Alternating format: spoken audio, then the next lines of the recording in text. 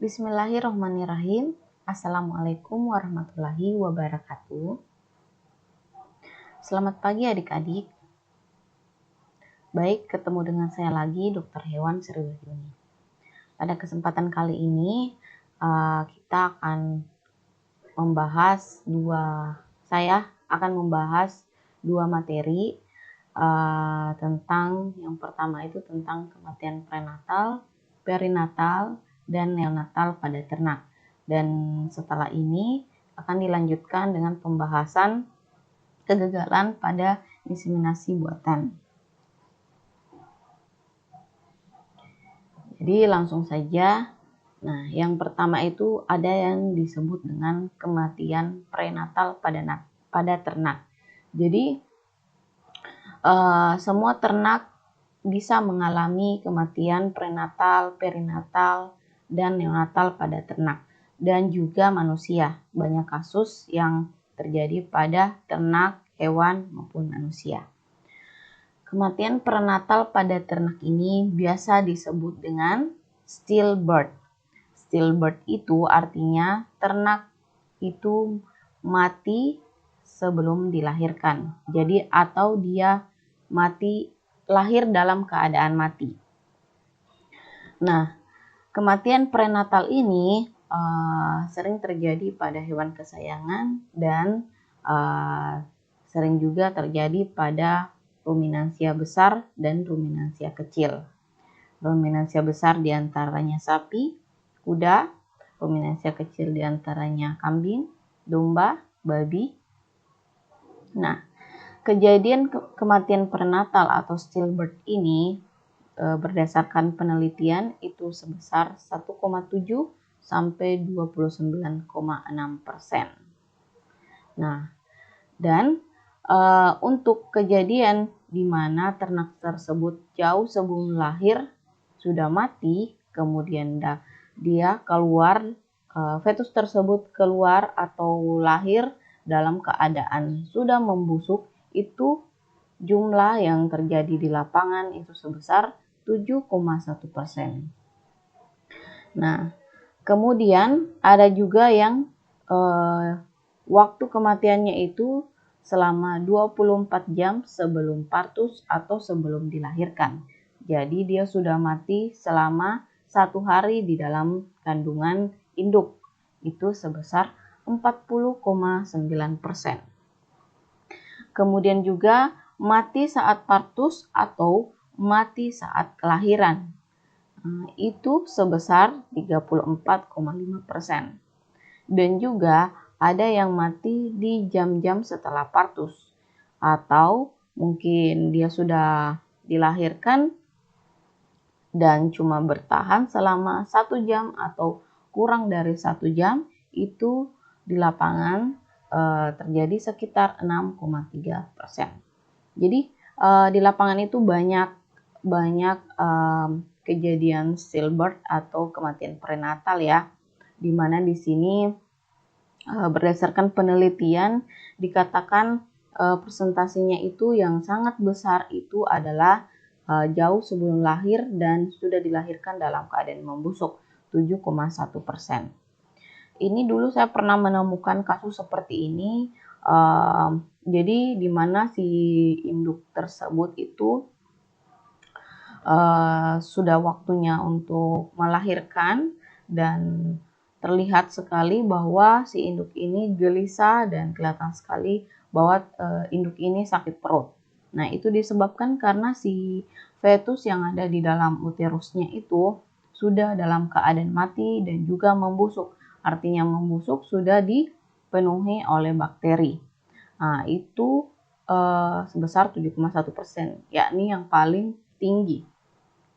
Kemudian dilanjutkan dengan mati di jam-jam setelah partus. Ini juga banyak sekali kejadian, 6,3%. Banyak sekali di lapangan, saya juga pernah menemukan. Jadi 3 jam setelah lahir dia mati. Ini pernah saya temukan di Bulukumba. Itu kelahiran kembar atau fremartir, itu kelahiran kembar di mana si pedet ini berjenis kelamin jantan-jantan. Namun si jantan yang satu itu bisa bertahan sampai sekarang. Kemudian kembarannya itu tidak bisa bertahan dan dia cuma bertahan selama 3-4 jam. Nah, ini disebut dengan, ini persentasenya sebesar 6,3% di lapangan. Kemudian dilanjutkan 24 jam mati sebelum partus. Ini juga banyak. Jadi kita tidak bisa memastikan ya bahwa 24 jam, tapi kisaran seperti itu. Kurang dari 24 jam atau lebih dari 24 jam itu banyak juga terjadi. Jadi dia mati kemudian tapi tidak dalam keadaan membusuk. Nah, ini bisa dibedakan ya. Jadi kalau misalnya yang jauh sebelum lahir membusuk itu mungkin sudah sekitar 2 hari bahkan 3 hari dia mati di dalam di dalam uterus, fetus yang mati di dalam uterus. Kemudian yang ini 24 jam mati dia masih segar dan tidak membusuk, itu persentase sebesar 40,9%. Dan juga terakhir mati saat partus, yaitu mati saat kelahiran. Ini banyak juga terjadi sebesar 34,5%. Nah, faktor-faktor apa saja penyebab dari kematian prenatal atau stillbirth ini? Yang pertama itu adalah sapi darah. Nah, tentu sapi darah ini adalah sapi yang pertama kali melahirkan. Makanya dilarang, tidak disarankan untuk sapi darah itu dilakukan langsung diberikan inseminasi buatan. Sebaiknya kalau misalnya ada pejantan atau pejantan tetangga, pejantan saudara, itu bisa dipinjamkan untuk dilakukan perkawinan ke sapi darah ini. Jadi tidak disarankan. Nanti mungkin pada saat setelah berhasil kelahiran pertama, kemudian dilanjutkan kelahiran kedua dan kelahiran selanjutnya, baru bisa disarankan untuk melakukan inseminasi buatan, karena akan ditakutkan akan terjadi kematian prenatal atau stillbirth. Kemudian jenis kelamin. Jenis kelamin tentu juga sebagai faktor di mana jenis kelamin jantan atau pedet jantan itu beratnya lebih besar ketimbang jenis kelamin betina. Kemudian lahir ganda, yang tadi saya katakan bahwa saya pernah menemukan kelahiran kembar atau premartir, di mana yang satunya itu berhasil atau bertahan hidup, kemudian yang satunya itu tidak dapat bertahan hidup dan cuma bertahan hidup selama 3-4 jam. Kemudian perkawinan sedarah. Nah, perkawinan sedarah ini sering sekali terjadi di kampung-kampung kalau misalnya belum terjangkau dengan inseminasi buatan, atau karena tidak memiliki tetangga yang memiliki ternak, kita hanya dia saja yang memiliki banyak ternak di situ. Akhirnya mau tidak mau dikawinkan dengan yang punya saudara, apa itu anak-anak yang dilahirkan dengan bapaknya ataukah dengan saudaranya yang sudah sama besar, seperti itu. Nah, di sini juga sangat berpengaruh pakan. Tentunya pakan, kalau misalnya pakannya itu termasuk yang memiliki rangsum jelek, kemudian juga mungkin memiliki defisiensi zat-zat vitamin yang tidak memenuhi, seperti itu. Di sini juga faktor yang mempengaruhi itu vitamin E, di mana vitamin E itu juga merupakan faktor untuk apabila kekurangan vitamin E juga akan mempengaruhi dari kelahiran atau kematian stillbirth ini. Dan juga genetik juga atau bawaan daripada si induk atau bawaan daripada si pejantan. Nah, ini juga sangat mempengaruhi. Dan terakhir itu ada distokia atau sebuah kejadian akibat dari pedet yang terlalu besar, ataukah ini bisa dihubungkan dengan jenis kelamin jantan, karena jantan biasanya memiliki bobot yang lebih besar ketimbang betina. Nah, ini salah satu penyebab dari distokia. Dan juga kadang akibat distokia ini karena si ternak ini keracunan dari tanaman yang disebut dengan Veratrum californicum. Jadi tanaman ini juga salah satu penyebabnya distokia. Nah, distokia kan kesulitan melahirkan. Jadi harus dibantu. Nah, ini adalah sebuah data di mana stillbirth ini yang terjadi di negara Icelandic yang pada populasi ternak sapi dimulai dari tahun 1992 ini mengalami peningkatan dari tahun 1992, di mana dia mengalami penurunan. Ini adalah populasi ternak sapi ya, jadi ada sekitar ratusan bahkan ribuan ternak sapi yang dipelihara pada ternak ini, dan dia melakukan penelitian terkait stillbirth atau kematian prenatal, di mana tahun 1992 dimulai, kemudian tahun 94 itu terjadi penurunan, 96 naik lagi, 98 turun lagi, dan tahun 2000 itu naik lagi sebesar 11%. Kemudian tahun 2002 terjadi peningkatan lagi, tahun 2004 peningkatan sebesar 13%, 2006 sebesar 15%, dan hingga tahun 2008 itu terjadi peningkatan lagi sebesar 17%. Yang awalnya tahun 92 itu hanya 9%, dan di tahun 2008 silam itu terjadi peningkatan hingga 17%. Belum dilakukan penelitian lanjutan hingga tahun 2020 saat ini. Nah, kemudian lanjut untuk yang kedua itu adalah disebut dengan kematian perinatal pada ternak. Nah, kematian perinatal ini yakni dia itu sudah lahir namun dia mati dalam jangka waktu 24 sampai 48 jam. Jadi dia hanya bertahan selama 2 sampai 3 hari atau 1 sampai 3 hari. Nah, kejadian yang di lapangan ini untuk persentasenya itu sebesar 5,3 sampai 7,9%. Jadi ini berdasarkan penelitian. Nah, kematian perinatal ini kalau misalnya dilakukan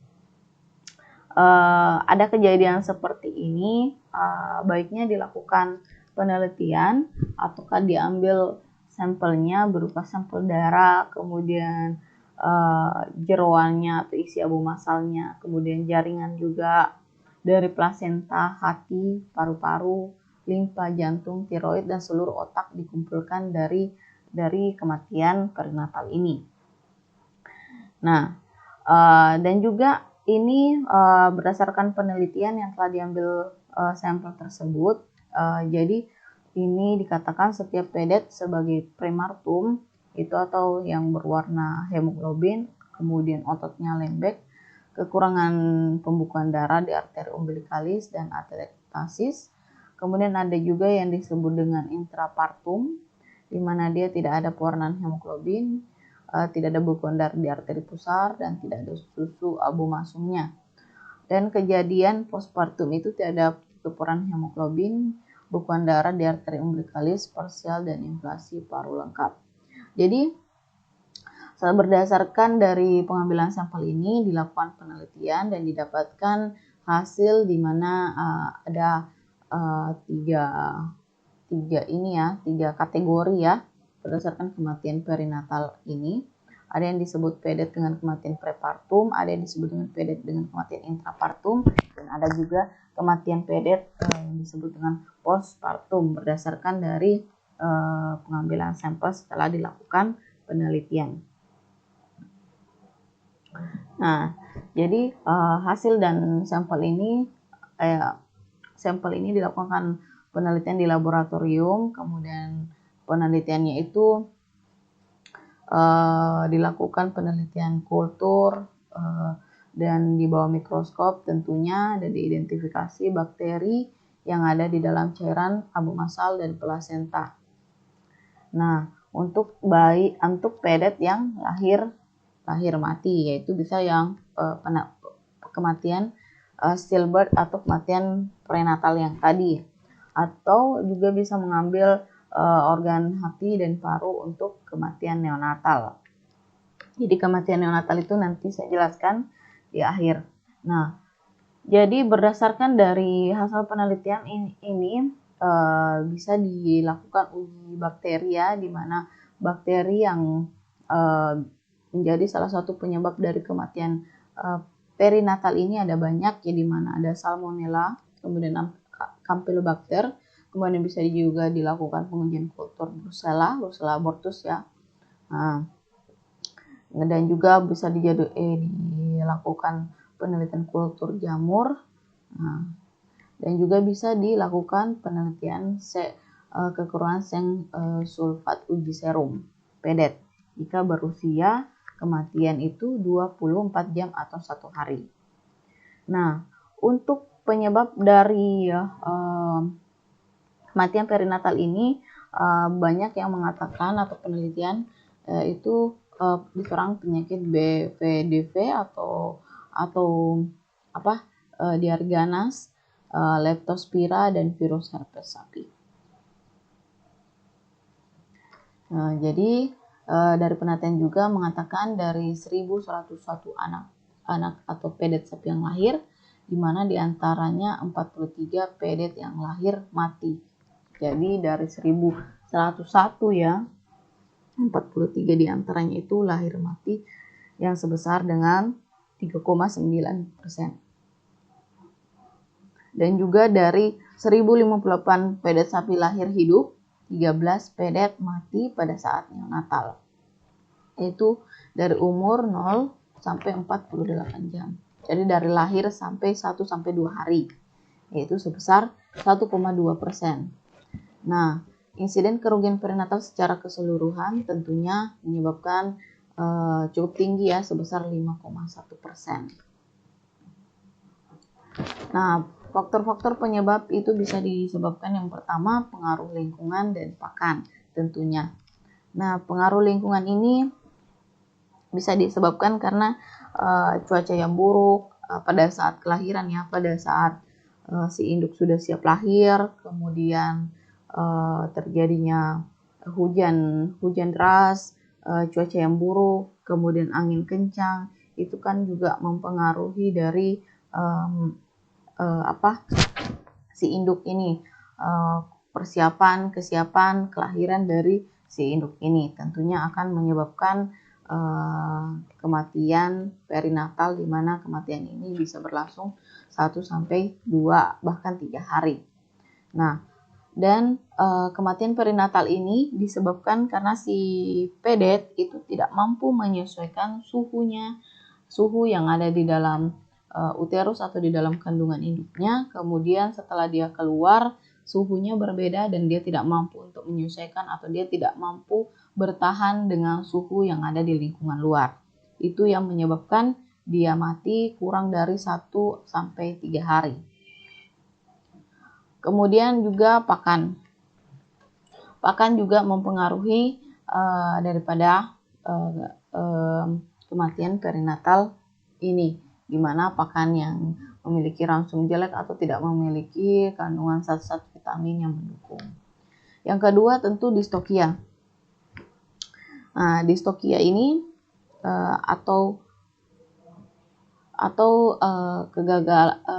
tidak mampunya untuk keluar atau yang disebabkan karena banyak hal, yakni pedet yang terlalu besar atau bahkan pedet yang berjenis kelamin laki-laki atau jantan. Dan yang ketiga itu penyakit. Nah, penyakit ini bisa disebabkan karena adanya terpapar dari bakteri, di mana bakteri Salmonella, Toxoplasma juga, kemudian E. coli juga, kemudian Clostridium juga, itu bisa menjadi penyebab bakteria dari kematian perinatal ini.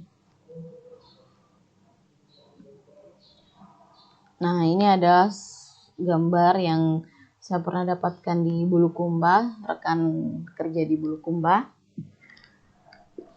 Yang ini adalah kematian abortus ya, di mana si pedet ini belum memiliki bulu. Jadi sekitar usia 5 bulan. 4-5 bulan karena dia belum memiliki rambut dan bulu. Nah, ini salah satu contoh dari kematian prenatal yang pertama tadi, di mana pedet ini dilahirkan dalam keadaan mati. Jadi dia sudah mati di dalam kandungan. Jadi dia ini mati kisaran 1-2 jam di dalam uterus induknya, kemudian dibantu ditarik pada saat ini ya. Ini juga gambar saya dapatkan dari Bulukumba. Nah, yang terakhir ya, yang ketiga ini, kematian neonatal pada ternak. Jadi kematian neonatal ini adalah kematian di mana berumur, dia sudah lahir sekitar dia sudah bertahan hidup sekitar 1 minggu lah, 1 minggu. Jadi atau 2 minggu, kurang dari 2 minggu. Nah, jadi tingkat kematian ini 10-30% dengan menyapi. Jadi sekitar 10-30% ya terjadi. Dan 15-40% ini mati, kematian neonatal terjadi di umur 12 minggu. Jadi sudah lama. Jadi sekitar 12 minggu itu berarti sekitar 6 bulan, 3 bulan, 4 bulan ya, sekitar 4 bulan. Nah, tingkat kematian 10-30% dengan menyapi. Jadi pada saat ternak atau pedet sapi yang berusia 4-5 bulan itu dilakukan pemisahan pada induknya, jadi sudah tidak menyusui dengan induknya, itu tingkat kematian mati sebesar 10-30%. Dan juga pada saat umur 12 minggu itu mati sebesar persentase sebesar 15-40%. Nah, ini. Namun kematian ini sebenarnya jarang terjadi ya. Kalau menurut saya paling sering terjadi itu kematian prenatal dan kematian perinatal. Kalau kematian neonatal ini jadi dia sudah memiliki sistem imun yang kuat, di mana dia sudah mampu melawan berbagai macam penyakit. Nah, berbeda dengan kematian prenatal di mana dia belum menyusui, belum memiliki atau belum mendapatkan kolostrum dari induknya. Kalau misalnya kematian perinatal itu juga penyebabnya di mana si pedet ini tidak cepat mendapatkan kolostrum atau susu pertama dari induknya, itu juga penyebab dari kematian perinatal. Dan untuk kematian neonatal ini dia sudah memiliki antibodi dan sistem pertahanan tubuh hingga 4 bulan, 5 bulan, kemudian dia mati. Itu bisa disebabkan oleh berbagai hal ya. Nah, ini dia.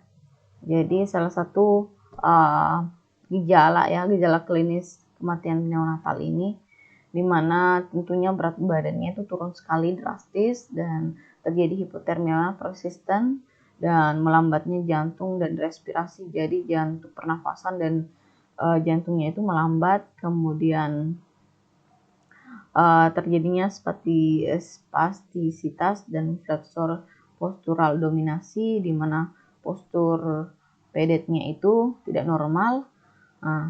Kemudian tentunya ada terjadi kekakuan yang terjadi pada kaki depan atau tulang belakang, dan juga terjadi kegagalan jantung dan paru. Nah, untuk kegagalan jantung ini saya pernah mendapatkan kasus ini pada kambing. Jadi pada kambing Pol Banten ya, ini terjadi kegagalan jantung. Jadi bukan cuma manusia mengalami kegagalan jantung. Ini juga terjadi pada ternak atau hewan. Jadi di sini disebutkan untuk kematian neonatal ini itu penyebabnya juga itu ada kegagalan jantung dan paru. Kemudian hipoglikemia berat, resiko dehidrasi juga bisa penyebabnya.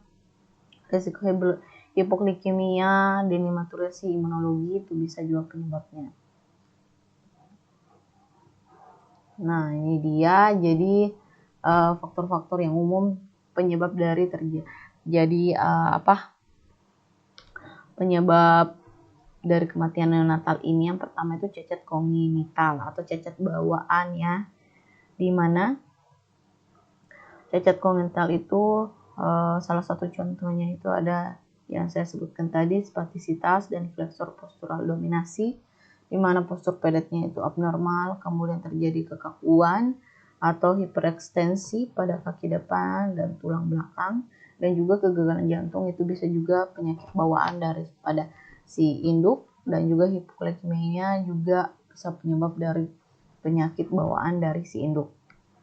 Nah, kemudian distokia atau kegagalan atau susah keluar, kesulitan keluar dari pada saat kelahiran. Ini juga penyebab dari kematian neonatal.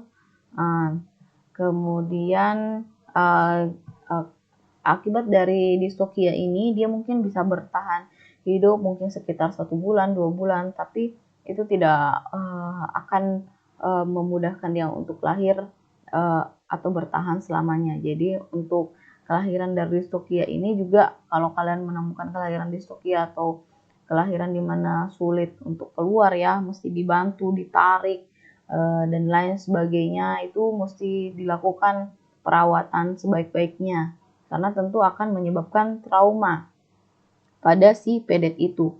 Jadi karena dia ditarik, sudah digerakkan kaki belakang, kaki depan, kepala, dan lain sebagainya, itu bisa menyebabkan trauma di pada si pedet. Jadi itu yang menyebabkan dia tidak bertahan hidup, mungkin cuma bertahan 1-2 bulan.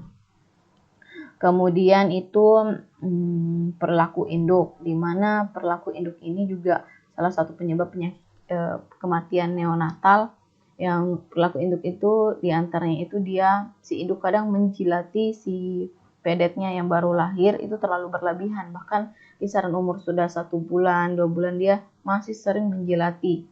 Nah, ini juga penyebab dari kematian neonatal. Juga kegagalan menyusui atau si induk ini tidak mampu untuk menyusui si pedet. Kemudian pedet juga tidak mampu untuk, kadang juga ada pedet yang tidak mampu menyusui si netek ya, atau mendapatkan susu dari si induknya, dia juga tidak mampu. Ada banyak kasus saya temukan di lapangan, kalau misalnya si induk ini tidak mampu menyusui si pedetnya, ya kita bantu perah air susunya, atau kita bantu pakai susu formula. Itu sering sekali di lapangan. Kemudian juga ada si pedet juga yang tidak mampu untuk menyusui sendiri, itu ada. Jadi mau tidak mau kita bantu juga perah, kita bantu juga bantuan susu formula. Namun ya seperti itu, pasti kematian neonatal akan terjadi, di mana kisaran umurnya itu tidak sampai 2 bulan, kisaran 1 bulan lebih, seperti itu. Nah, dan juga perawatan si induknya itu tidak ada, jadi kayak induknya itu cuek sama pedetnya, tidak terlalu memperhatikan si pedetnya, itu juga bisa penyebab. Dan infeksi dari si induk, atau misalnya si induk ini memiliki penyakit bakterian atau virus di mana dia menular ke pedetnya karena cacat kongenital tadi, itu juga bisa penyebab dari kematian neonatal. Namun paling sering itu akibat dari si induk itu tidak mampu untuk menyusui, jadi mesti dibantu si pedetnya. Itu yang paling banyak saya temukan di lapangan.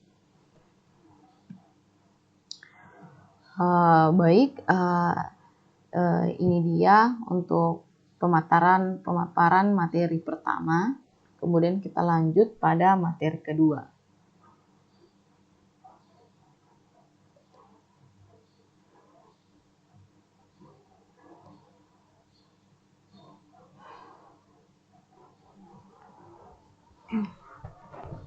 Nah, yaitu kegagalan inseminasi buatan.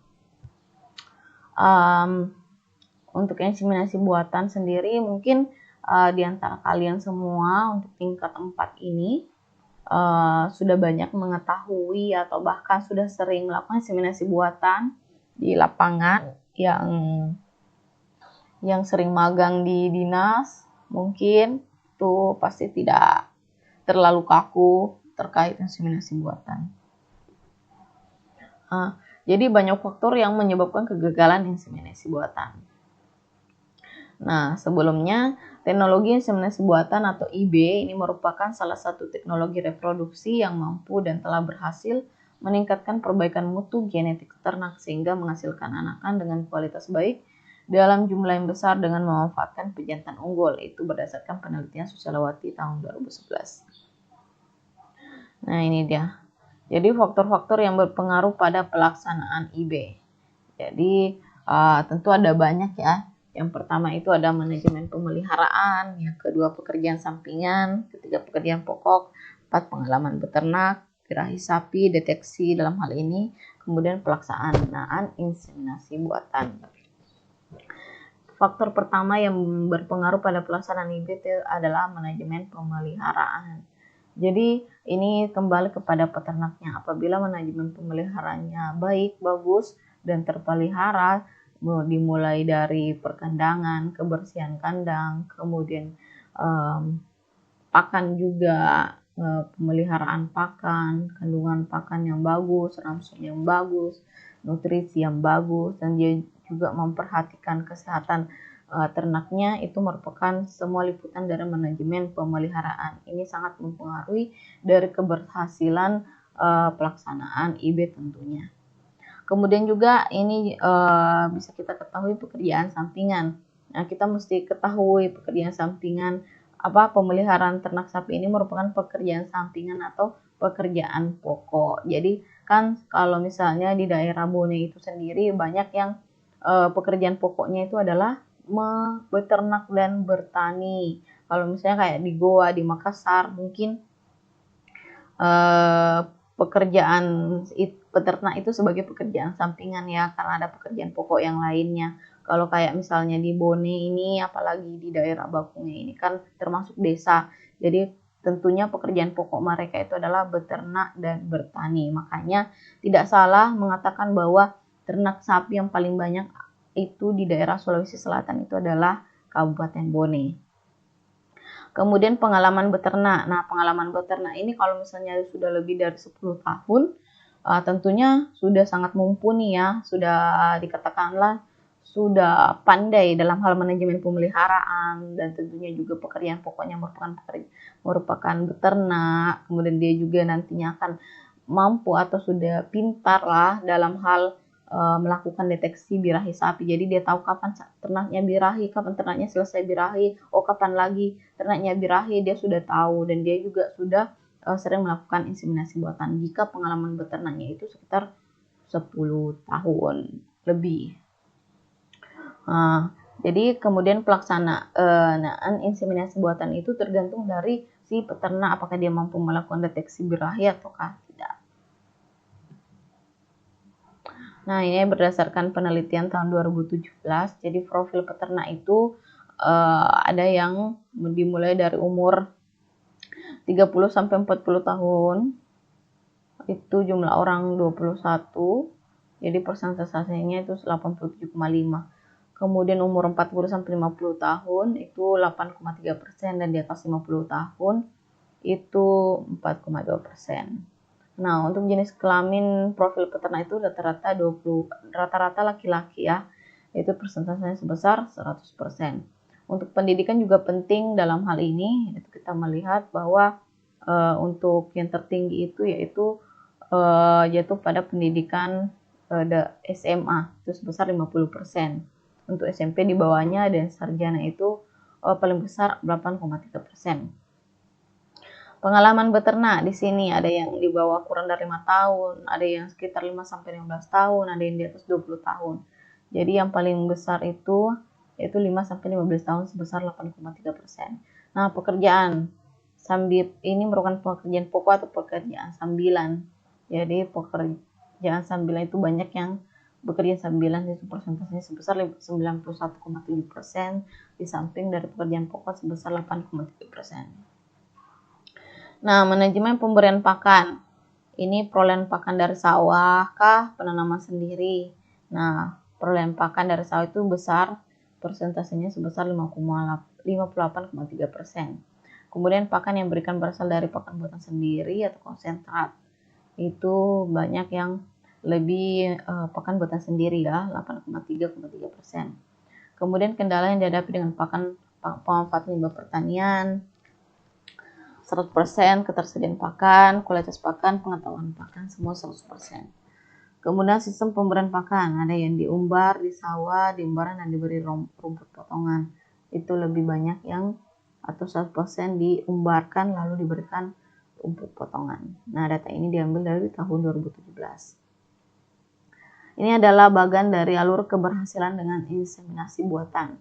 Jadi kita lihat lagi nih, untuk mengetahui keberhasilan inseminasi buatan, kita lihat dulu dari sistem pemeliharaannya.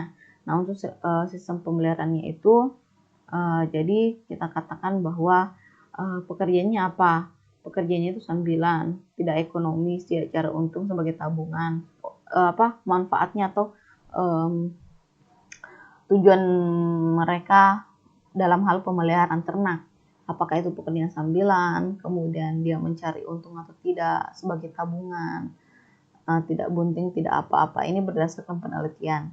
Kemudian juga stres pakan.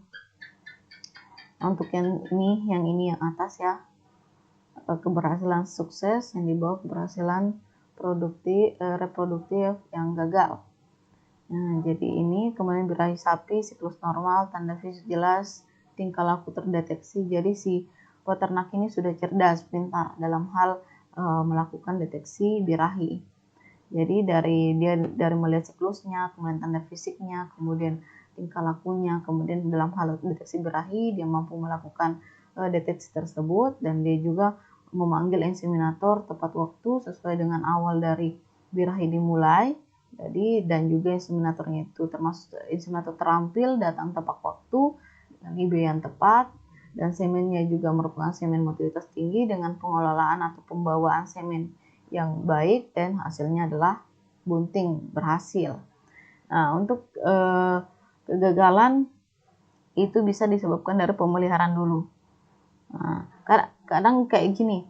Jadi kadang kalau misalnya tidak jadi berkali-kali tidak jadi, sudah dilakukan inseminasi buatan berkali-kali, namun kadang peternak itu capek atau lelah begitu. Kenapa sih gagal terus gitu. Jadi kita harus flashback mulai dari pemeliharaan, kemudian birahinya, deteksinya, inseminatornya, semennya.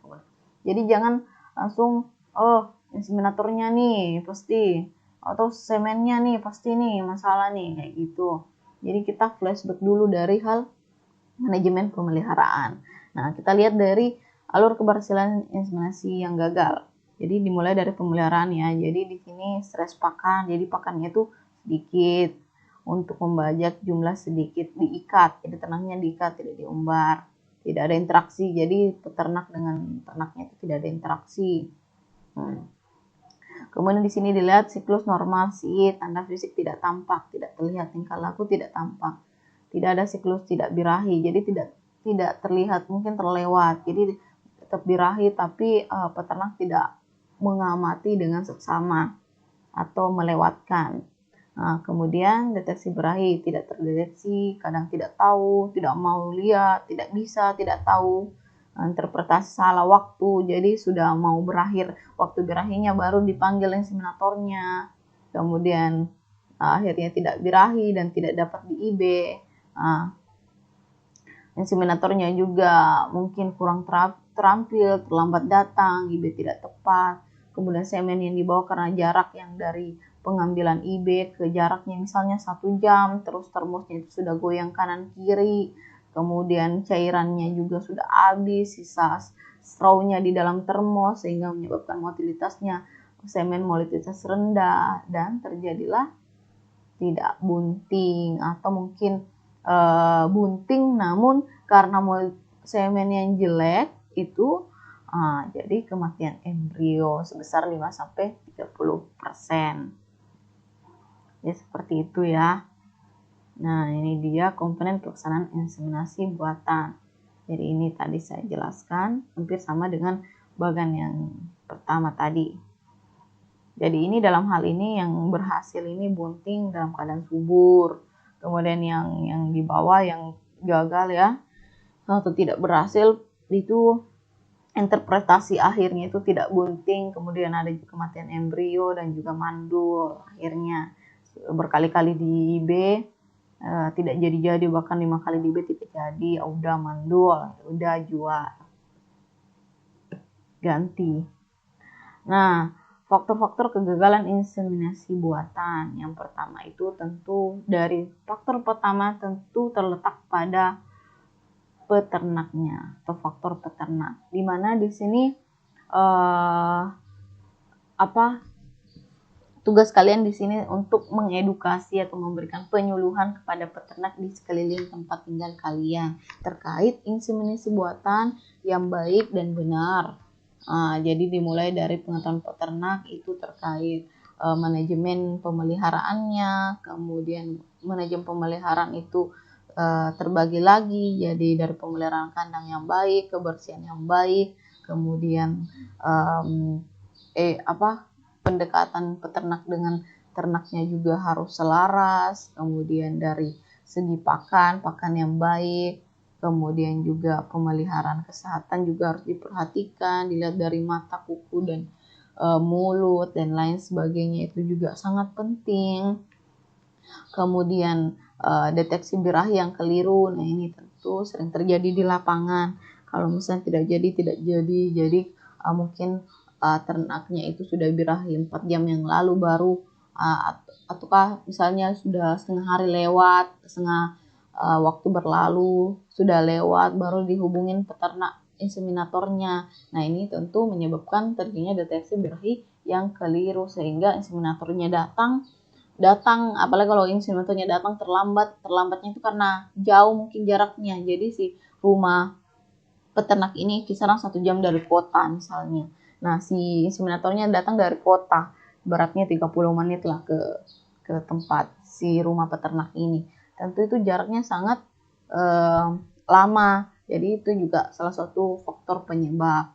Jadi pelaporan peternak yang salah, harusnya di telepon jam segini.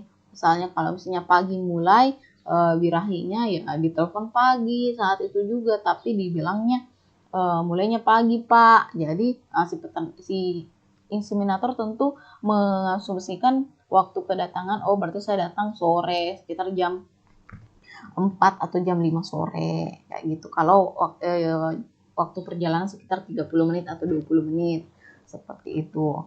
Nah, kemudian faktor operator inseminator, tentu di sini ya harus cepat sigapan ya, harus cepat dalam keadaan apapun. Bahkan untuk sebagai orang inseminator itu harus HP-nya itu harus aktif 24 jam. Jadi kalau dicas itu jangan dicas mati, gitu, dicas ya. Jadi ya adik-adik nih yang mau jadi inseminator ya, sekedar saran, jadi harus aktif terus HP-nya, jangan dinonaktifkan, karena peternak itu tidak mengenal waktu dalam hal menelpon. Jadi kadang nelpon jam 1 malam, jam 2 malam, kayak gitu.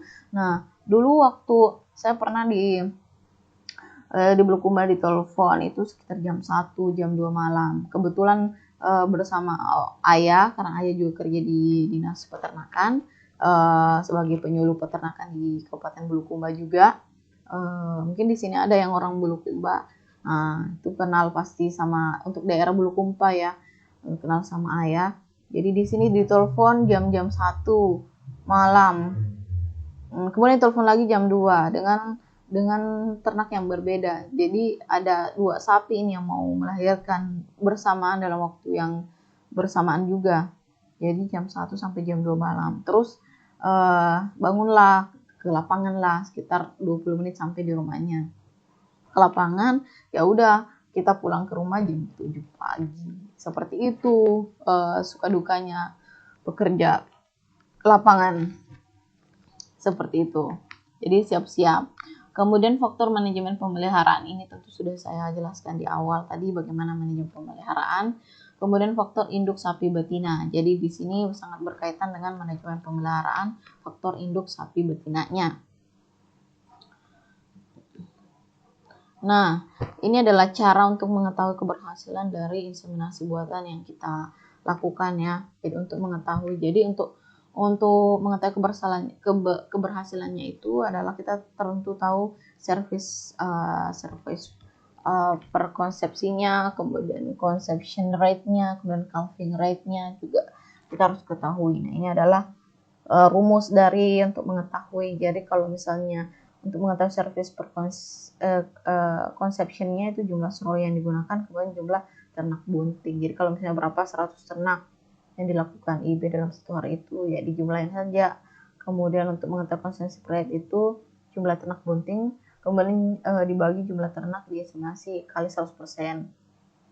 Kemudian kalau calving rate itu jumlah ternak lahir sehat, kemudian jumlah ternak diseminasi kali 100%. Jadi ini adalah cara untuk mengetahui keberhasilan kita mungkin sebagai inseminator kalian nantinya. Jadi ini adalah salah satu cara untuk mengetahui keberhasilan kalian. Kan kadang dilakukan inseminasi massal. Kalau misalnya ada PKB di lapangan, biasanya juga itu dilakukan inseminasi karena kadang ada ternak yang tiba-tiba birahi pada saat itu. Jadi pernah saya bersama teman-teman di lapangan itu ada sekitar 100 atau 200 sapi ya. Ya, 200 sapi kita vaksinasi antraks. Jadi itu sekalian kita vaksinasi, sekalian juga kita melibatkan inseminator karena biasanya di situ ada sapi yang birahi. Jika di situ kita bisa lakukan penelitian di situ. Misalnya kita tunggu 21 hari kemudian, kalau misalnya tidak terjadi birahi lagi ya bisa dikatakan jadi ya, atau kita tunggu lagi 9 bulan kemudian. Seperti itu. Jadi itu dia paparan dari 2 materi saya pada hari ini. Semoga adik-adik bisa paham, dan kalau misalnya ada yang ingin bertanya, silahkan bertanya melalui Japri. Nah, saya akan langsung jawab. Kemudian untuk minggu depan itu kita ujian atau UTS. Jadi UTS-nya itu nanti tetap saya lakukan di aplikasi Smart Campus. Dan untuk cara absensi hari ini itu saya akan tampilkan di kolom diskusi. Baik, sekian dan terima kasih.